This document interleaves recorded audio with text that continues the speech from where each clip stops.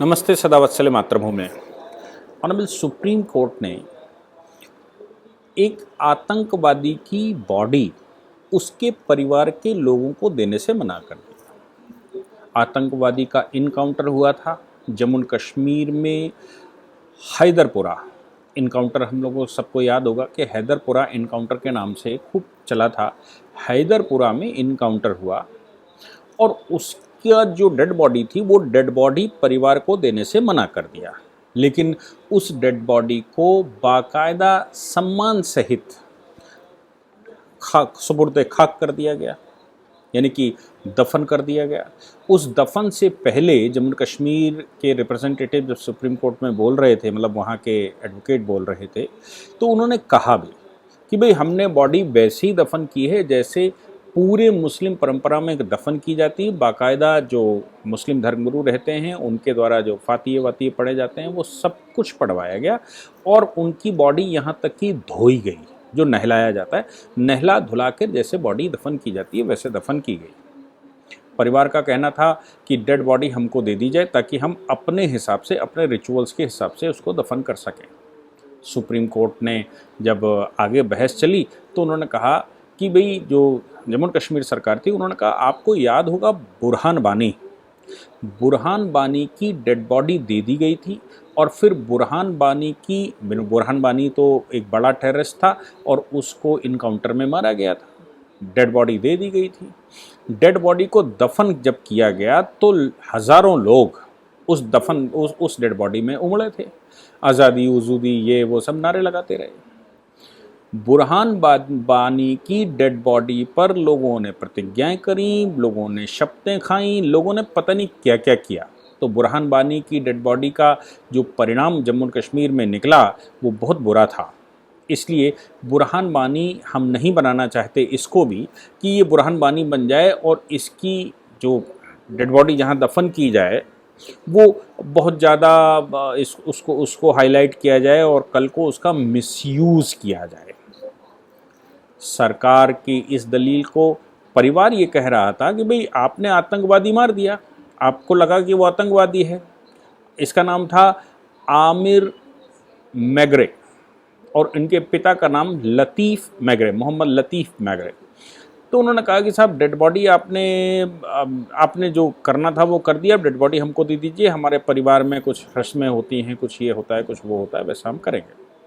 Supreme court ने बुरहान बानी वाले मामले को ध्यान में रखते हुए कहा इससे लॉ एंड ऑर्डर सिचुएशन बिगड़ जाएगी और जो कायदा है वो हिंदुस्तान का एक स्वभाव रहा है, हमने दुश्मन भी अगर कभी मारा है तो उसको बाकायदा उसकी अंत्येष्टि जिस प्रकार होनी चाहिए वैसी अंत्येष्टि भारत में की जाती रही।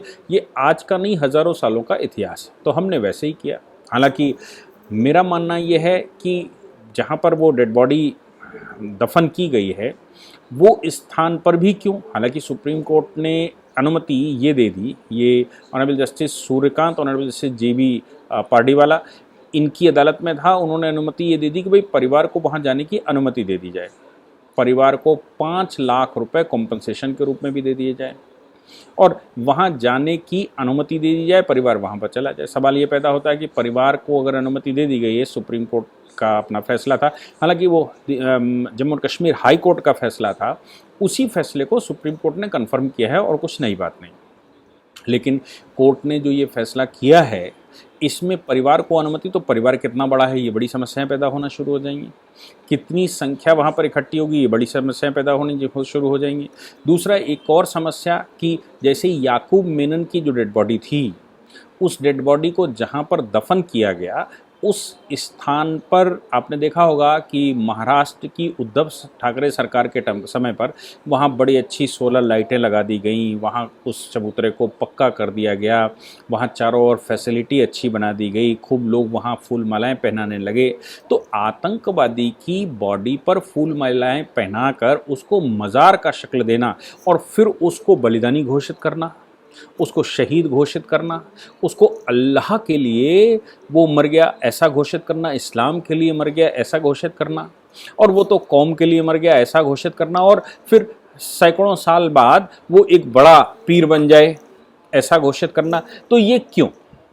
इसलिए मेरा मानना है कि जो अमेरिका करता है, अमेरिका ने, हम सबको याद होगा, कितने ही बड़े आईएसआईएस के नेता पकड़े, आतंकवादी पकड़े, उनको पकड़ने के बाद समुद्र में जल समाधि दी गई, दफन किया गया। हिंदुओं में तो ठीक है कि ऐसा कुछ होता है तो वो आग लगा दी जाती है तो बात ही ख़त्म हो जाती है, लेकिन मुसलमानों, अब उसको आग लगा दोगे तो समस्या हो जाएगी, रिलीजियस भावनाएं भड़क जाएंगी, तो दीनी समाधि ही है, यानी कि ज़मीन में ही दफन करना है। तो अमेरिका ने जिस प्रकार से बड़े बड़े टेररिस्टों को जल समाधि दी है समुद्र में, क्या वैसे भारत में जल समाधि समुद्र में नहीं दी जा सकती? क्या वैसा कोई आदेश भारत में नहीं दिया जा सकता जो बड़ी झीलों में उसकी जल समाधि दे दी जाए? मुझे लगता है कि अगर ऑनरेबल कोर्ट इन जिस प्रकार का जजमेंट दिया है, जो ऑर्डर किया है, उस ऑर्डर में सिर्फ इतना संशोधन कर दे कि डेड बॉडी को बाकायदा ससम्मान, हालांकि देश में हमारे बहुत सारे लोग ये भी कहेंगे ससम्मान और टेररिस्ट का कैसा सम्मान, लेकिन भारत की हिंदू परंपराओं में ये व्यवस्था रही है, हिंदू परंपराओं में हम ये मानकर चलते रहे हैं कि हिंदुओं का जो मस्तिष्क है वो किसी की इंसल्ट करना नहीं चाहता जब तक कि हमारी अस्मिता पर प्रश्न ना हो। जब हमारे ऊपर हमले होते हैं तो ही हिंदुस्तान के लोग उसका प्रतिकार करते हैं, अदरवाइज़ आप कौन सा मजहब मानते हो, कहाँ रहते हो, क्या सोचते हो, क्या समझते हो, भारत के लोगों को इससे कोई मतलब नहीं होता। आपकी आस्था आपके साथ, हमारी आस्था हमारे साथ।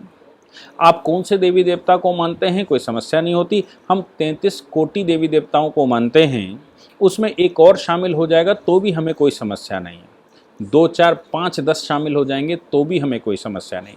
लेकिन समस्या तब आती है जब आप हमको टारगेट करते हैं, और हमको टारगेट करते हुए चैलेंज करते हैं, पूरे सिस्टम को चैलेंज करते हैं, पूरी समाज को चैलेंज करते हैं, देश की अस्मिता को चैलेंज करते हैं, देश की सद्भावना को चैलेंज करते हैं, देश के एंशिएंट कल्चर को चैलेंज करते हैं, तो भारत में इसके रिएक्शन होना स्वाभाविक है। इसलिए भारत की खास बात यह है कि हम तभी उस पर रिटेलिएशन करते हैं जब कोई दूसरा हम पर हमला करता है।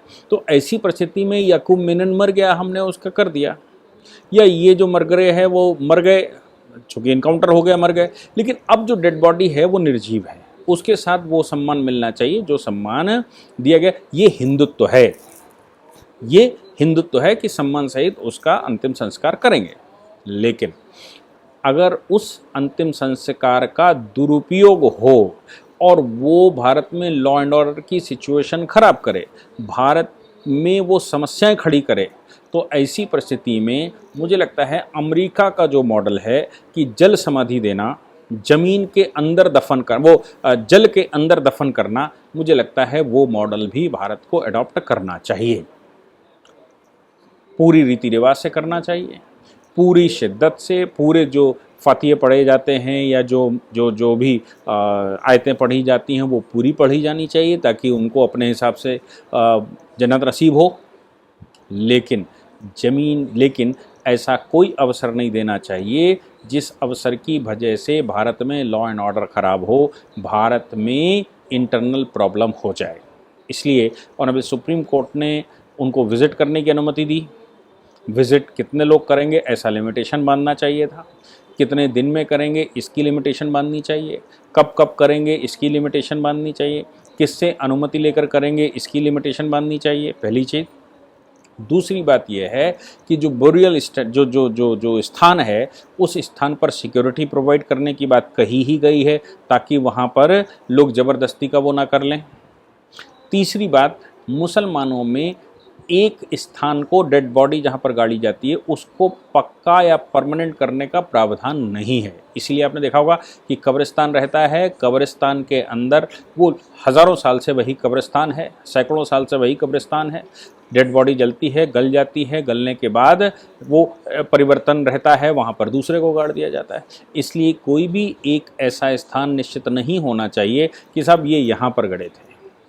क्यों? उसको रूटीन में जो परंपरा है, रूटीन के अनुसार वो कब्रिस्तान में चलायमान जैसे सबकी सुपुर्द खाक होती हैं और उस व्यक्ति की भी, हर व्यक्ति की होती हैं और परिवारों की डेड बॉडियाँ उन्हीं स्थानों पर दबती हैं, वैसा व्यवस्था करनी चाहिए थी। ये सिक्योरिटी का जो मामला है, वो सिक्योरिटी का मामला कितने दिन तक ये तय करना चाहिए था। इसके अतिरिक्त जल समाधि के प्रावधान करने चाहिए। और ये जो 5 लाख रुपए कॉम्पनसेशन की जो घोषणा जम्मू कश्मीर हाई कोर्ट ने की, इसका कोई लॉजिक मेरी समझ में तो आया नहीं कि परिवार को कॉम्पनसेशन दिया जाए। लेकिन कोर्ट ने आदेश कर दिया है तो कर दिया है। लेकिन मुझे लगता है कि कोर्ट का ये निर्णय कि डेड बॉडी आपको नहीं दी जाएगी, ये भी काबिल तारीफ़ है। जय हिंद, जय भारत, वंदे मातरम।